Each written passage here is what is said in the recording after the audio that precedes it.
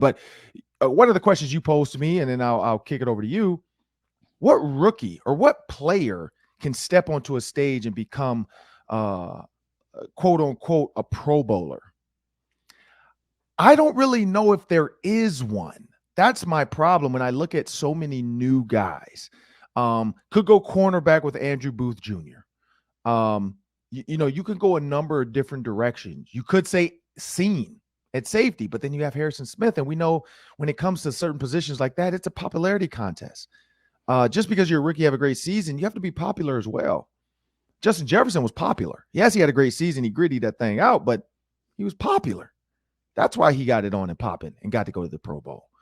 I think this could be a year for Adam Thielen to get back in the hierarchy of receivers and end up back in the Pro Bowl. I think this is a resurgence year for Adam Thielen when you look at Kirk Cousins and the number of passes he's going to have in this offense. I'm going a different route. I think Adam Thielen, because so many people were saying, is he done? The injury, blah, blah. Like, I think this is a resurgence year for him. I think this is a year where you can see two Vikings receivers like Chris Carter and Randy Moss ending up in the Pro Bowl, and that's what I'm going with. Yeah, I think that Thielen is almost at the point where he might be year to year, where if he doesn't have a good year, we're going to wonder about his status every offseason because he is worth a lot of money.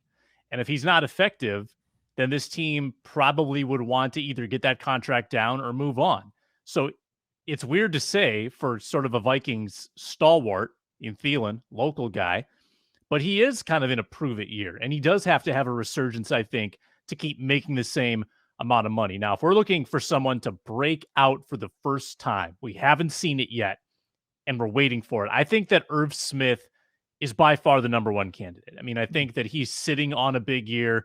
It might have been last year had he not been hurt. And I think this year he's primed for it as one of the only real pass-catching threats at tight end for this team. They didn't add a whole lot of competition for him at wide receiver. I mean, I think they're going to throw the ball more. I think that he's a gigantic breakout candidate. I think about Christian Darrisaw on that offensive line. I think he showed the tools to be an excellent left tackle last year. And I think that he and O'Neal could be bookends for the next 5, 6, 7 years. If Darrisaw turns into the player I think he's going to. Defensively, what about Cam Dantzler, Ron?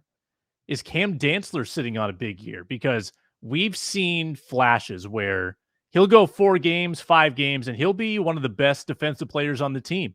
But then we'll see injuries, we'll see late game breakdowns, just lack of consistency, mental mistakes. Does it all come together for him in year 3? I think he could be a sneaky defensive player. And again, he's going to have to compete with a Caleb Evans and Andrew Booth Jr.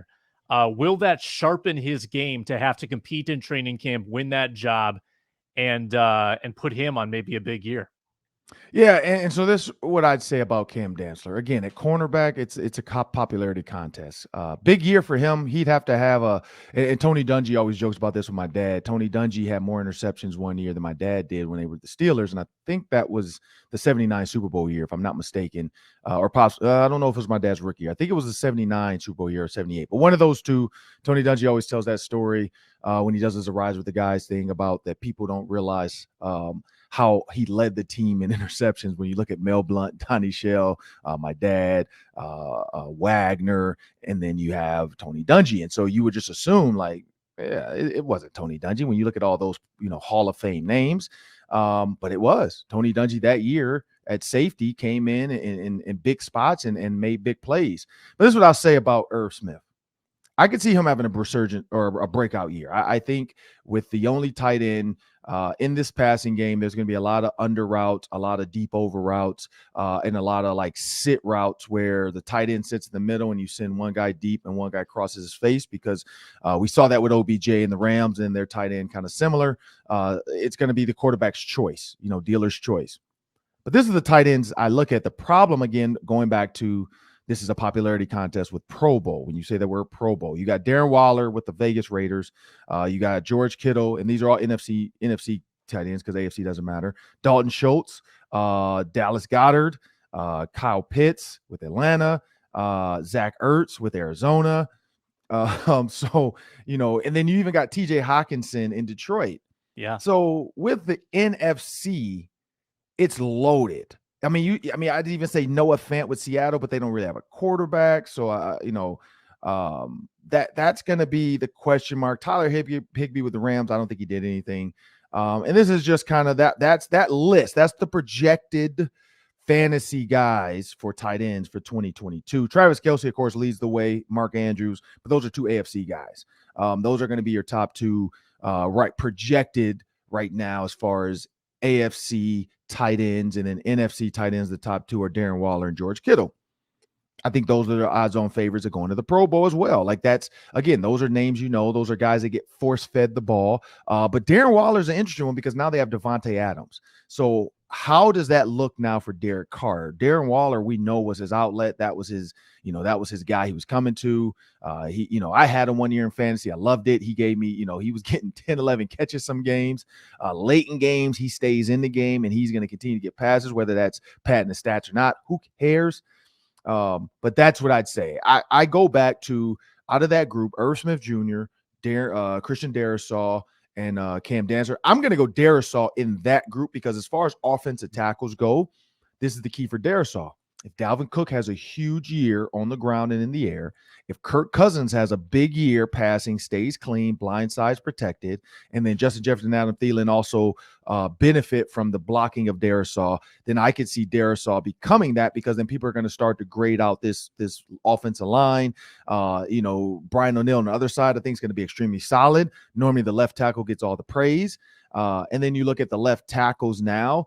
A lot of these guys, the Trent from the 49ers, a lot of these guys are getting old. Yeah, a lot of these guys are getting old now. So now it is time for a new young guy. And I think you might have hit that one. Christian Darrisaw could be the guy. Irv is going to have a tough uphill battle with tight ends as far as competing against. But no, I think Darrisaw, the way this offense is loaded, if he does well and they do well, his name could be up in there. Mm-hmm. But coming up next on the Ron Johnson Show, we're going to debut a new segment. We're going to cut them, keep them, sit them. Like which guy's going to make the team, which guy's going to be on the street looking for a new home. Then that's up next on the Ron Johnson Show. And then, of course, in segment 3, we're going to have the Daily 3. Stick around for that.